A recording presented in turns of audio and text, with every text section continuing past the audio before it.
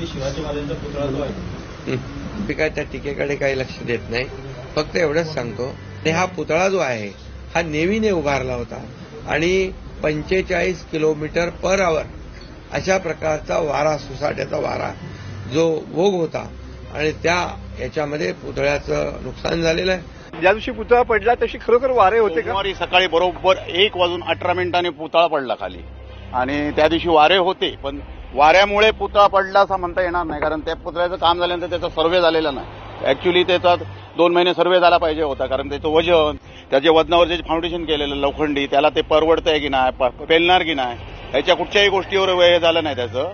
आणि त्याच्यामुळे काय झालं, त्याच्यावर लक्ष नसल्यामुळे तो थोडा थोडा कुठेतरी असा हलत होता असणार, कारण कमकुवत झालेलं त्याचं वेल्डिंग महत्वाचं म्हणजे पायाचं वेल्डिंग होतं ते कमकुवत झालंय, पडलाय तो. मीच माझ्या ताडपत्री घालून 40,000च्या ताडपत्र्या माझ्या आहेत ते मी घालून ते ढाकून दिलं आहे सगळं.